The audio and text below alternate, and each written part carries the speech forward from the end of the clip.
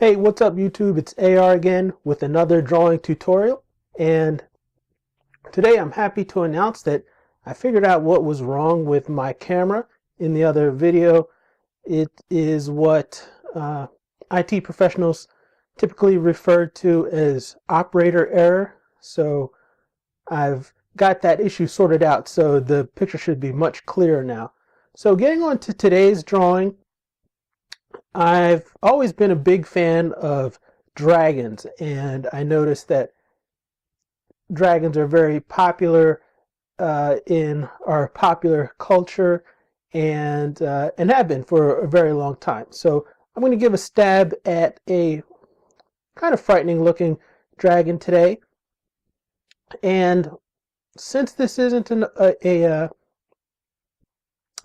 an object that I draw on a typical basis, I'm going to start out once again with some construction lines and some basic shapes. And I'm also going to try and break this down as simply as possible so that you can follow along and you can learn to identify the component shapes when you're looking at an image or a reference or just something out of your mind and put it into its most basic form before you start sketching in the details. That way you can make changes and alterations and not have invested a lot of time and effort into putting something down that's really not going to work out. So I've actually drawn this picture a few times, and I'm just going to recreate it for you by starting out with the simple shape. So we have kind of a couple of boxes here, a couple of nested boxes, and that's where the head is going to go. And just moving our way back along the body, we're going to draw a couple ovals for the neck and the shoulder area, the thorax. And since we're looking at this dragon head on, you're not going to see much of the body, at least in terms of profile.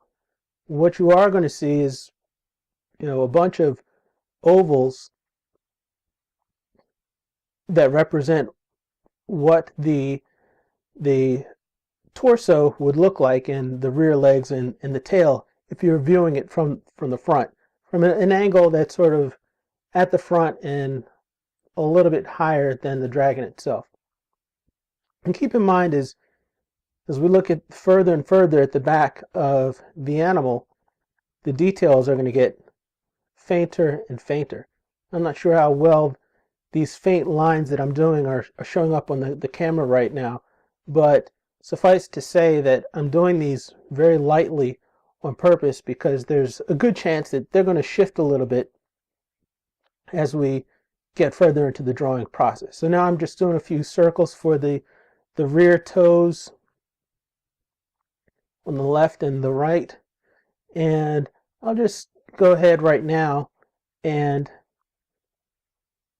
make these arc-like shapes for the wings.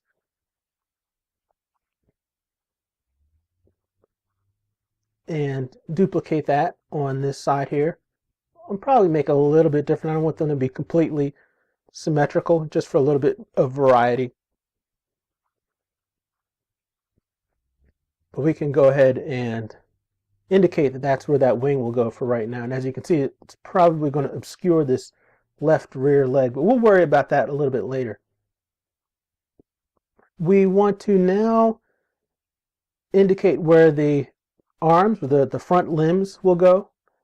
And so I'm just doing that with a few kidney-shaped objects and an oval right here for the forearm. The forearm's going to be sort of approaching us and really stamped into the ground.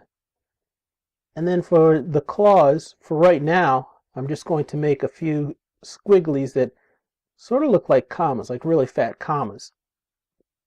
And I'll draw in the knuckles and nails and what have you a little bit later. So we're almost there with the basic shapes. For the last thing, we should probably do the left limb, left forelimb, which is going to be obscured by the head or by the jaw. And once again, just doing some really rough basic shapes just so we can get an idea of where we want to start laying down our detail a little bit later.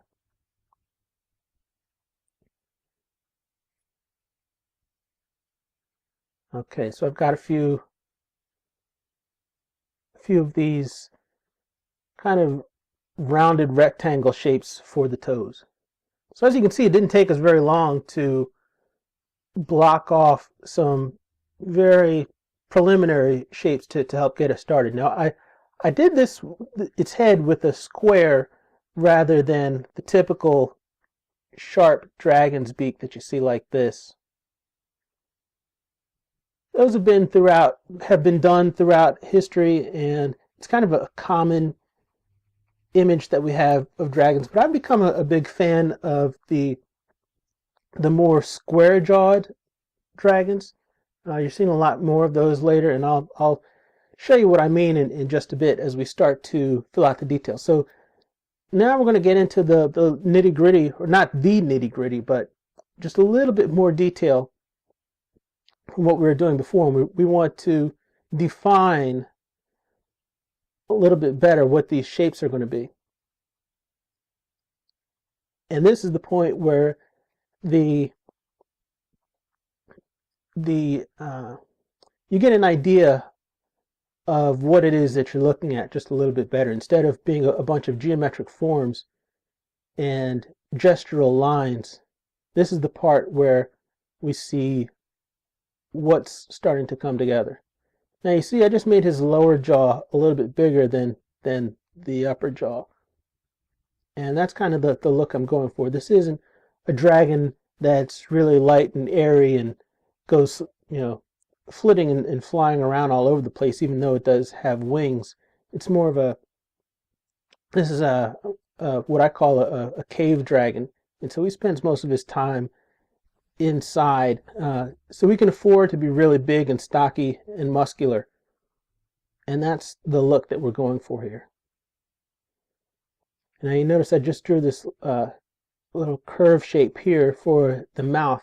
It kind of looks like he's smiling, but I actually modeled that after what you see in a lot of modern day reptiles. If you ever get a close look at a crocodile or alligator, they got that little curve going on with their upper lip that kind of makes it look like it's smiling. Now I'm going to get into the eyebrows, and they've got sort of these horny protuberances. So I'm just going to show that right now. And speaking of horns, our dragon is going to have some fairly prominent horns, prominent spiraling horns. And I kind of think of gazelles or antelopes, like on the African plain, when I'm drawing these particular horns. They're very ornate, really kind of pretty looking in a way.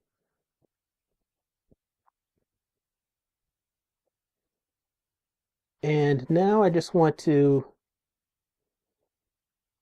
make this eyebrow, if you will, a little bit more prominent and indicate where his eyeball is going to be. And I'll worry about the detailing of that later. But right now we can see this face really starting to come together. And now I want to add a little bit more detail to the lower jaw here. And maybe add a few spikes coming out of his skin.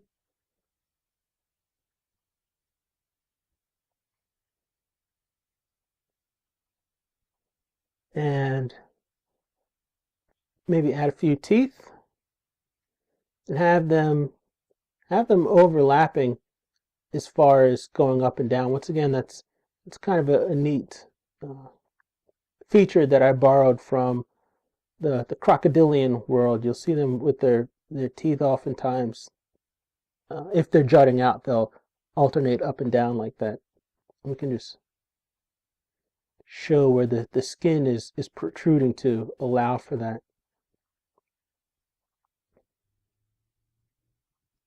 Okay, but I don't want to get too bogged down into the details of the face right now, because we really want to start accentuating the rest of the body. So let's go ahead and do that by making this flap of skin down here on the neck. And we can indicate that with just this line right here. And I want to make this as reptilian as possible, so I'm going to sort of start sketching in these horizontal belly scales that you see on snakes and alligators and crocodiles, or at least this is similar to those. And maybe we want to round those out just a little bit here, and also shade in to show where the neck is bending a little bit, where it meets, it's bending and it's curving where it meets the body proper. And give him a few more scaly fringes here on his head while I'm over here.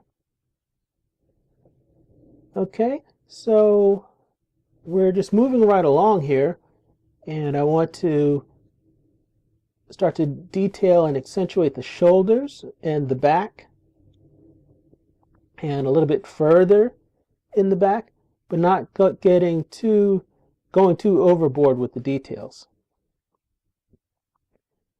And once again, using our alligator as a model, we can just put a double row of fringes down the rear of the tail here.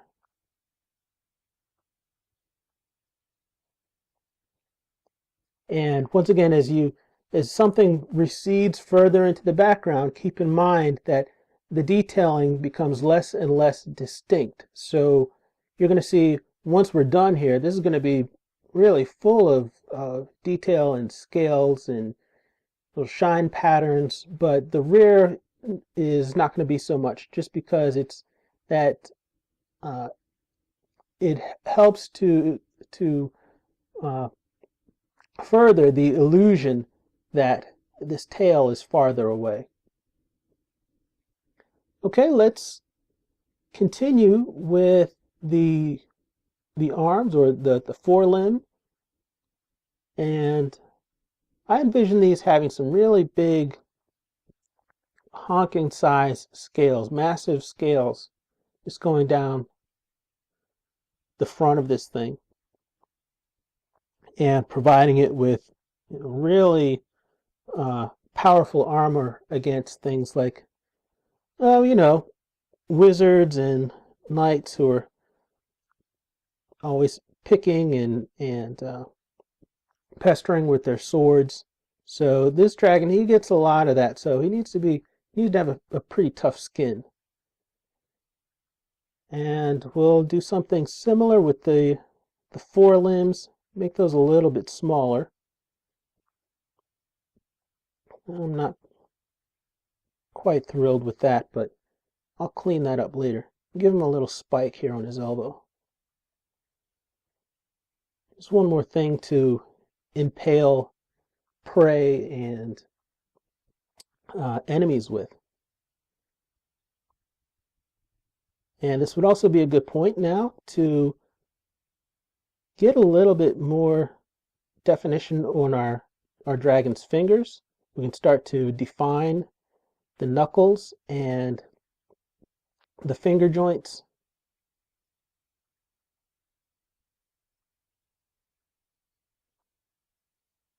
So we'll do that right now.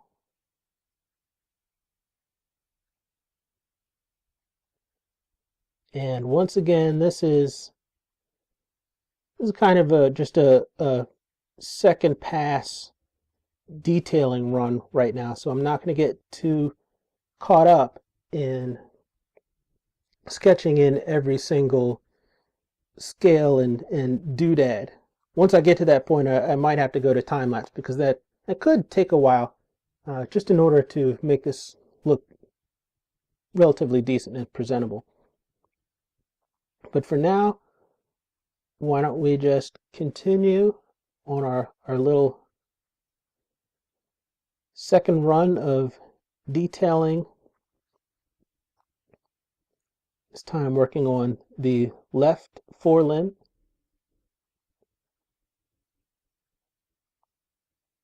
And this one you see a lot more of the claw. You see it from the top down rather than looking directly into it as you did with the right side. So then you really, with this one, you get a real sense of just how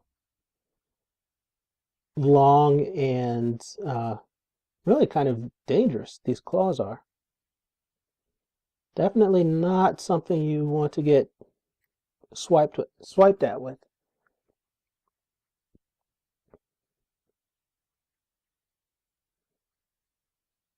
So we will give him or her 4 claws. So that's 3 on the front hand part here, and then 1 in the back that you can just barely see, just barely make out,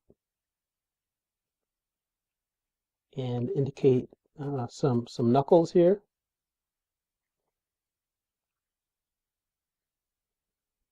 I have to be careful to restrain myself from jumping into the details prematurely, because for the purpose of anyone following along and actually trying to draw this as I do, I want you to get in the habit of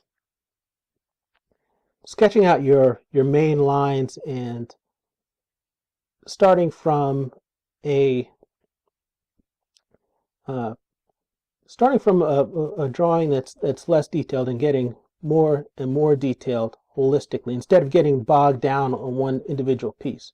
Because you might decide that you don't like this arm and you want to just erase it and start over. And it's a lot easier and a lot less heartbreaking to do if you've only drawn a basic shape and you can get an idea of whether it's going to work or not as a position that's plausible and that's convincing. And it's much better to do that when you haven't put a lot of time and effort into getting really specific with the detailing. So right now I'm just going in and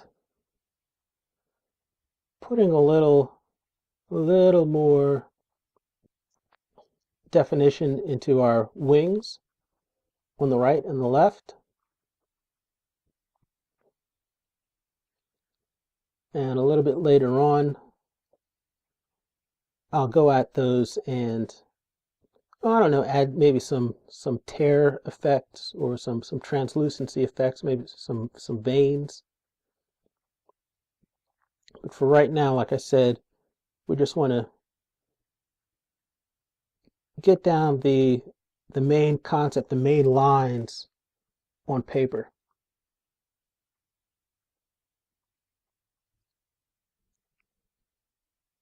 And we've got to give our dragon a way to breathe. So don't forget the nostrils, or the olfactory sensors for you biologists out there.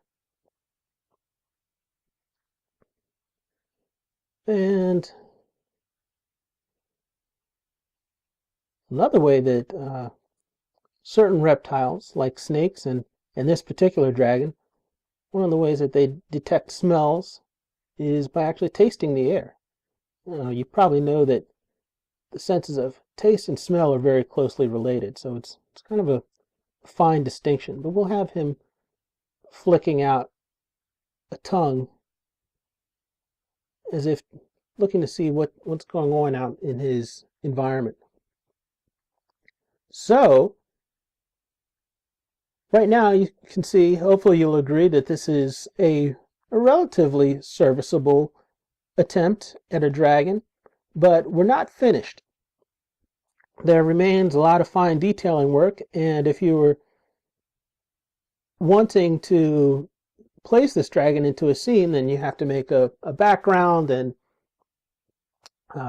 shading and all that sort of thing. So I think that I'm going to go ahead and do that, but for the purposes of saving time and not taking forever to upload this to YouTube, I think I'm going to go into time-lapse mode, so you can, hopefully you'll be able to pick up just from watching, even in time-lapse, what's transpiring as I add in details such as the scales and various shadows and the related shading to that. So with that, I'm going to go into time-lapse, and when we're done, or when I'm done, I'll come back and have a few final words, okay?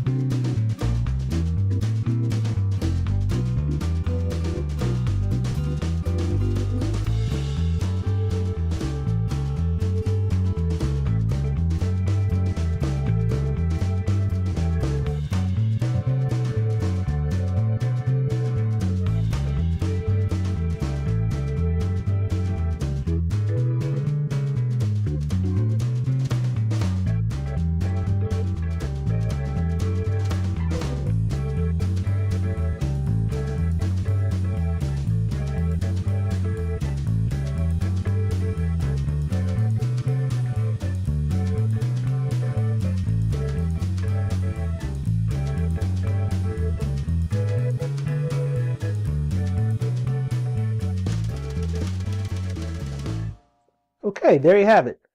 There is your, at least somewhat frightening, I hope, dragon.